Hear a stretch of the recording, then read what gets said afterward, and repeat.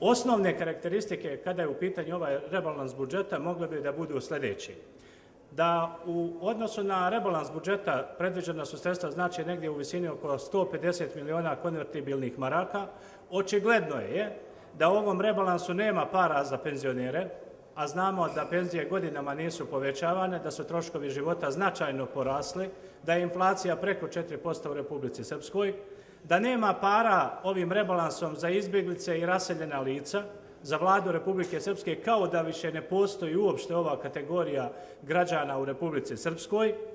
Mi smo iz kluba PDP-a predložili jedan dio amandmana kojima ćemo pokušati da poboljšamo ovu situaciju. Nema para za borce, porodice poginulih boraca, ratne vojne invalide, ili rekao bi za ovu kategoriju predviđena je mrvica sredstava. Od ukupno 150 miliona konvertibilnih maraka za ovu kategoriju stanovništva izdvojeno je negdje ukupno oko 8 miliona konvertibilnih maraka.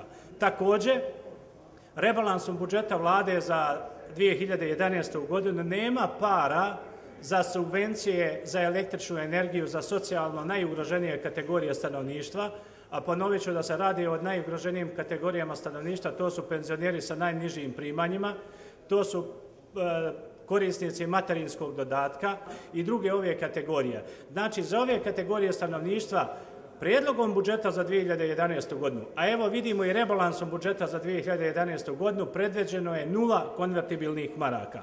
Istovremeno, sa druge strane, imamo jedno rasipništvo, jedno trošenje sredstava koje je potpuno neracionalno i van svake pameti.